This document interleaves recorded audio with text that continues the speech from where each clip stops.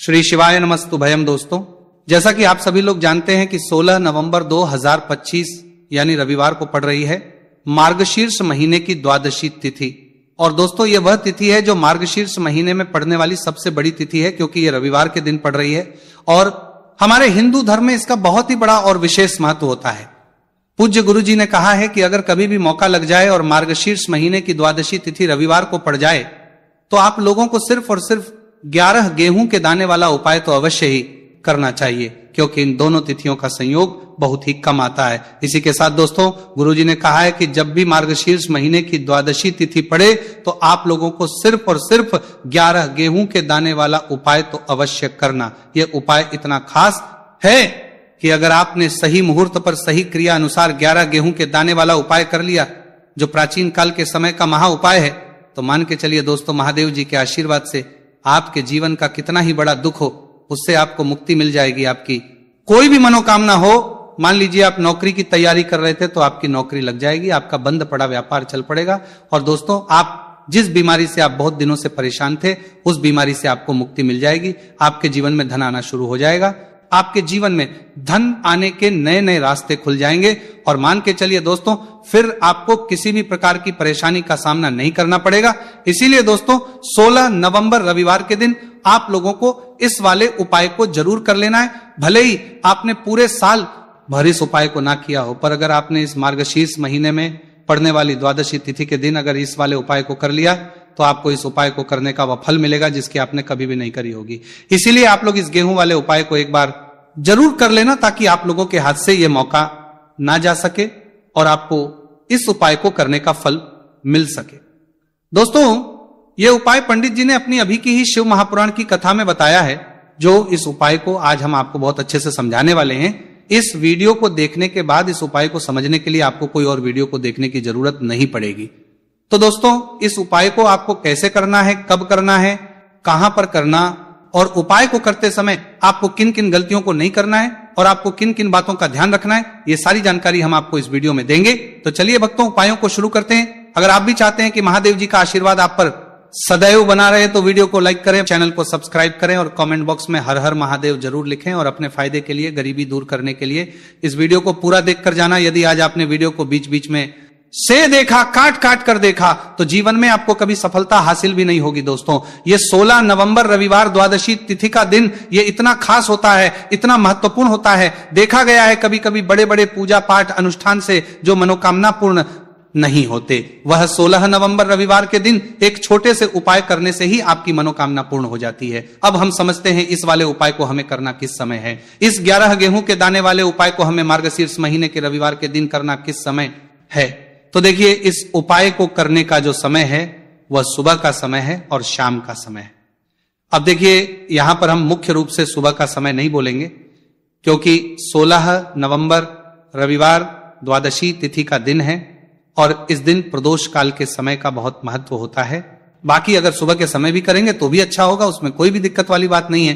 तो चलिए जानते हैं इस विशेष उपाय के बारे में। लेकिन उससे पहले एक प्रार्थना, अगर आप इस प्राचीन मार्ग टीवी चैनल पर नए हैं तो आप इस वीडियो को लाइक करें, चैनल करें तो उसको लेकर करें, तो उसके बारे में सबसे पहले तो प्रार्थना करें, तो प्रार्थना करें को सब्सक्राइब करें और कमेंट बॉक्स में आप अपनी राशि या अपना नाम जरूर डाल दें, क्योंकि हम राशि से भाग्य भी बताते हैं और भाग्य में चल रही परेशानियों को दूर करने के लिए वो आसान से आसान उपाय भी बताते हैं। तो चलिए अब हम अपने सबसे पहले उपाय की बात कर लेते हैं। देखो, गुरु जी ने कहा है कि अगर रविवार के दिन द्वादशी तिथि पड़ जाए तो इस दिन आपको 11 गेहूं के दाने वाला उपाय तो अवश्य ही करना चाहिए। देखो, ये उपाय यदि आपके जीवन में कर्जा बहुत अधिक है, आपके जीवन में संकट बहुत अधिक रहते हैं, आपके ऊपर बहुत अधिक विपदा आ रही है, बार बार आपको अपने व्यापार में और अपने धन में हानि देखने को मिल रही है, कि आपको प्रत्येक कार्य में हानि हो रही है, तो आपको ये उपाय करना चाहिए। देखिए, इस उपाय के लिए आपको 11 गेहूं के दाने आपको लेने हैं, ठीक है। 11 दाने लेने के बाद में आपको जरूरत होगी चावल के दानों की। 11 चावल के दाने और 11 गेहूं के दाने, और चावल के दाने खंडित नहीं होने चाहिए।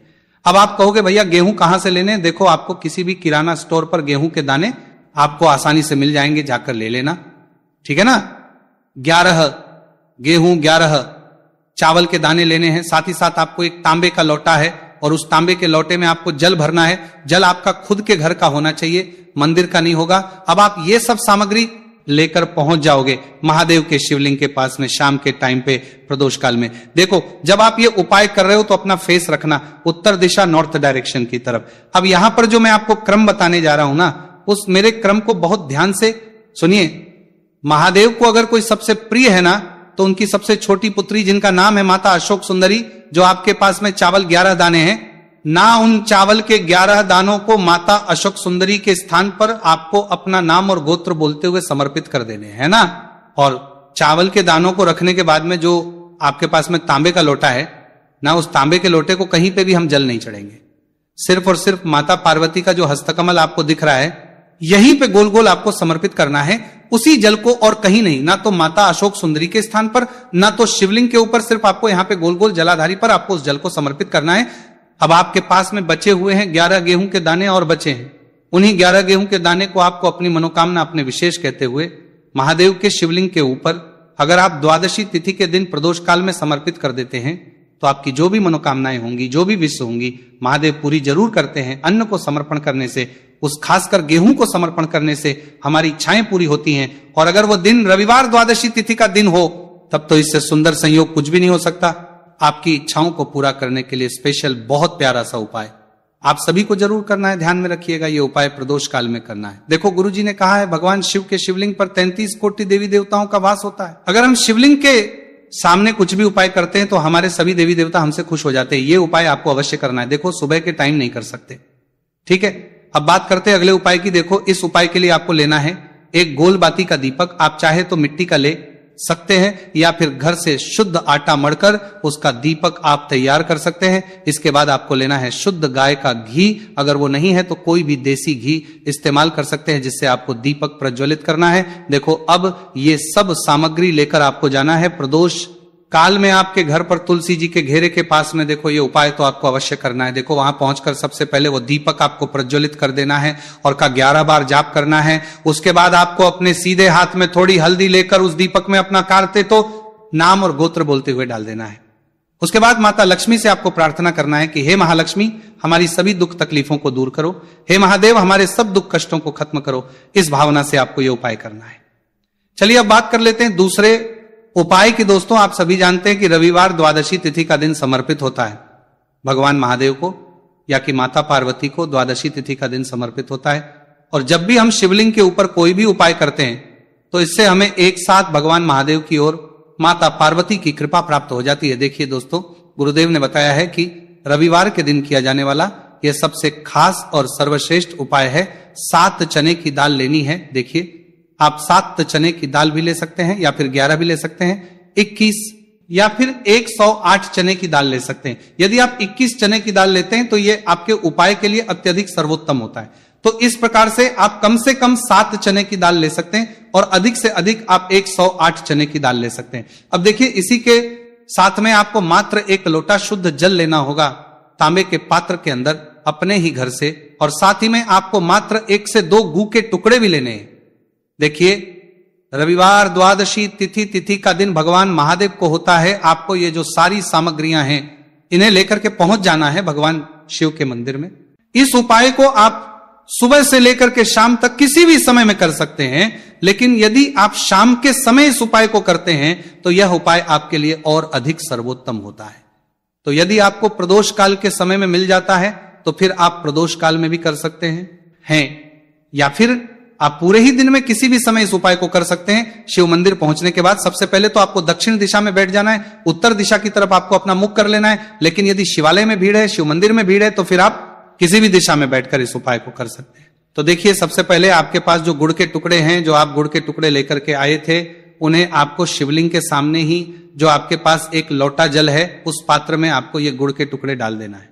इसी के साथ में आप जो चने की दाल लेकर के थे, चाहे आप 7 चने की दाल लेकर के आए हैं, 11, 21, जितने भी आप चने की दाल लेकर के आए हैं, इस चने की दाल के ऊपर आपको जो आपके पास गुड़ वाला जल आपने तैयार किया है, इसमें से थोड़ा सा जल आपको इस चने की दाल पर डाल लेना है। अब देखिए आपके पास जो गुड़ वाला जल है, इसमें से सबसे पहले थोड़ा सा जल आपको श्री गणेश जी वाले स्थान पर समर्पित कर देना है, श्री शिवाय नमस्तु भयम इस मंत्र का जाप करते हुए। फिर थोड़ा सा जल आपको श्री कार्तिकेय जी वाले स्थान पर समर्पित करना है, श्री शिवाय नमस्तु भयम इस मंत्र का जाप करते हुए फिर थोड़ा सा जल आपको माता अशोक सुंदरी वाले स्थान पर भी समर्पित करना है। श्री शिवाय नमस्तुभयम इस मंत्र का जाप करते हुए फिर थोड़ा सा जल आपको माता पार्वती के हस्त कमल पर समर्पित करना है और आपको श्री शिवाय नमस्तुभयम इस मंत्र का जाप कर लेना है। अब देखिए दोस्तों, आपके पास जो साजल और शेष बचेगा, इसमें से आपको केवल थोड़ा सा जल शिवलिंग पर अर्पित कर देना है और अंत में आपको उस पात्र में थोड़ा सा जल और शेष बचाना है। पूरा जल आपको शिवलिंग पर अर्पित नहीं करना है, अंत में आपको थोड़ा सा जल और शेष बचाना है। अब देखिए, आप जितनी भी चने की दाल लेकर के आए हैं, अगर आप 7 चने की दाल लेकर के आए हैं तो आपको 7 बार श्री शिवाय नमस्तुभयम इस मंत्र का स्मरण कर लें। यदि 11 चने की दाल लेकर के आए हैं तो फिर आपको 11 बार इस मंत्र का जाप करना है। जितनी भी चने की दाल लेकर के आए हैं उतनी बार आपको श्री शिवाय नमस्तुभयम इस मंत्र का जाप करना है। और फिर आपको ये जो चने की दाल है इसे शिवलिंग के ऊपर ही समर्पित कर देनी है, लेकिन आपको यह चने की दाल बृहस्पतिश्वर महादेव का स्मरण करते हुए ही शिवलिंग पर अर्पित कर देनी है और आपको अपनी मनोकामना को भी बोल देनी है। आप जो भी मनोकामना है, चाहे वह धन प्राप्ति को लेकर हो, नौकरी से संबंधित हो, विवाह से संबंधित हो, या फिर आपके मकान जमीन जायदाद से संबंधित हो, चाहे ग्रह क्लेश से संबंधित हो, या फिर किसी भी प्रकार की जो मनोकामना है उसे आपको बृहस्पतिश्वर महादेव से परिपूर्ण करने की प्रार्थना कर लेनी है। और इसके बाद आपके पास जो पात्र के अंदर थोड़ा सा से जल और बचा हुआ था, इसे भी आपको धीरे धीरे भगवान शिव की पर ही अर्पित कर देना होगा। श्री शिवाय नमस्तुभयम इस मंत्र का जाप करते हुए पूज्य गुरु जी कहते हैं कि मार्गशीर्ष महीने का रविवार द्वादशी तिथि को जो भी व्यक्ति इस प्रकार से यह चमत्कारिक उपाय कर लेता है तो उसकी जो मनोकामना है वह भगवान लक्ष्मी नारायण की कृपा से तथा महादेव की कृपा से बहुत ही जल्द परिपूर्ण हो जाती है। बात करते हैं अगले उपाय की। देखो, इस उपाय के लिए आपको मात्र 2 लौंग लेनी होगी, या कि आपको लौंग का जोड़ा लेना है। 2 फूल वाली आपको लौंग लेनी है। लौंग का जोड़ा कहीं से भी खंडित नहीं होना चाहिए, इस बात का ध्यान रखें। इसी के साथ में आपको लेना होगा लाल चंदन का पाउडर। देखिए, यदि आपके पास लाल चंदन की लकड़ी है तो उसे घिस कर भी आप चंदन के रूप में प्रयोग कर सकते हैं। यदि पाउडर है उसका भी आप अपने उपाय के लिए प्रयोग कर सकते हैं। देखिए, चंदन जो है वो तेज का प्रतीक माना गया है और साथ ही साथ जीवन के अंधकार को दूर करने का प्रतीक माना गया है। अब इसी के साथ में आपको मात्र एक तांबे के पात्र के अंदर शुद्ध जल लेना होगा अपने घर से। अब दोस्तों, ये तीनों सामग्री लेकर के सीधे आपको पहुंच जाना होगा भगवान शिव के मंदिर में। देखिए, इसी के साथ में आपको एक गोलबाती का दीपक भी लेना होगा। दीपक आप मिट्टी का भी ले सकते हैं, शुद्ध आटा मढ़कर उसका भी तैयार कर सकते हैं। और दीपक में आप शुद्ध घी का प्रयोग करना है। लेकिन जैसे ही आप इन सभी सामग्रियों को मंदिर में लेकर के पहुंचेंगे, मंदिर में जैसे ही आप चौखट के वहां पर पहुंचेंगे तो मंदिर की चौखट के सीधे तरफ आप जो अपने साथ एक गोल बाती का दीपक लेकर के आए हैं उसे आपको सबसे पहले तो प्रज्वलित कर देना है। यानी कि जैसे ही आप मंदिर की चौखट के वहां पर प्रवेश करते हैं तो उसके सीधे तरफ आपको यह गोल बाती का दीपक प्रज्वलित कर देना है। अब देखिए, जैसे ही यह दीपक प्रज्वलित करेंगे तो आपकी जो भी मनोकामना है उससे आपको बोल देना है। आप इस दीपक को इस प्रकार से प्रज्वलित करने के बाद इन सभी सामग्रियों को शिवलिंग के पास में लेकर पहुंच जाना है। अब देखिए दोस्तों, आपके पास जो एक तांबे के पात्र के अंदर शुद्ध जल है उसमें से आपको केवल आधा लोटा जल ही भगवान शिव के शिवलिंग पर अर्पित करना है। आधा लोटा जल आपको उसी पत्र के अंदर बचा लेना है। अब दोस्तों, पास जो 2 लौंग है यानी कि लौंग का जोड़ा है, उससे आपको अपना नाम और अपने गोत्र को बोलते हुए आपकी जो भी समस्या चल रही है, आपके जीवन में जो भी परेशानी उत्पन्न हो रही है, उन्हें आपको बोल देना है। और ये जो लौंग का जोड़ा है इसे आपको भगवान शिव के शिवलिंग पर अर्पित कर देना है। जैसे आप ये 2 लौंग शिवलिंग पर चढ़ाएंगे तो अपना हाथ जो है वहां पर आपको रखना है और महादेव से आपको करनी है कि मेरे जीवन की ये जो परेशानियां हैं ये सभी दूर हो जाए। यानी कि आपके जीवन में धन की संबंधित परेशानी चल रही है, कर्ज की समस्या चल रही है, बच्चों का पढ़ाई लिखाई में मन नहीं लग पा रहा है, घर के जो आर्थिक संकट है वो सभी दूर हो, व्यापार आपका ढंग से नहीं चल पा रहा है, घर में रोग की स्थिति बनी हुई है, यानी कि जिस भी प्रकार की आपकी समस्याएं हैं उसे आपको बोल देना है और महादेव से इन सभी समस्याओं को दूर करने के लिए आपको प्रार्थना कर लेनी है। अब देखिए दोस्तों, आपने जो 2 लौंग शिवलिंग पर समर्पित की थी उससे आपको वहां से उठा लेना है और इन दोनों लौंग को आपको शिवलिंग से उठा करके सीधे उससे जल के पात्र के अंदर डाल देना है। यानी कि अपने आधा लोटा जल और बचाया हुआ था उसी के अंदर आपको ये 2 लौंग डाल देनी है और साथ में आप जो लाल चंदन ले आए थे उस लाल चंदन को भी आपको उसी पात्र के अंदर डाल देना है। यानी कि आधा लोटा जल और बचा हुआ है तो उसी आधे लोटे जल के अंदर आपको ये लाल चंदन भी डाल देना है। अब देखिए इस आधे लोटे जल में है जिसमें अपने 2 लौंग डाली है, लाल चंदन डाला है, उसे सीधे लेकर के आपको पहुंचना है बेलपत्र के वृक्ष के, वहां पर देखिए बेलपत्र का वृक्ष यदि आपके घर पर है तो वहां पर आपको आ जाना है, आपके घर के पास कहीं भी है तो वहां पर आपको पहुंच जाना है।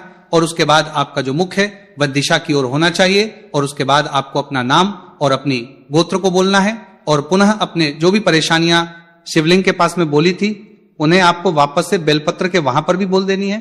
और ये जो आधा लोटा जल और है इससे आपको पूरा बेलपत्र के वृक्ष की जड़ DDH में श्री शिवाय नमस्तु भयम इस मंत्र का जाप करते हुए समर्पित कर देना है। तो बस इतना सा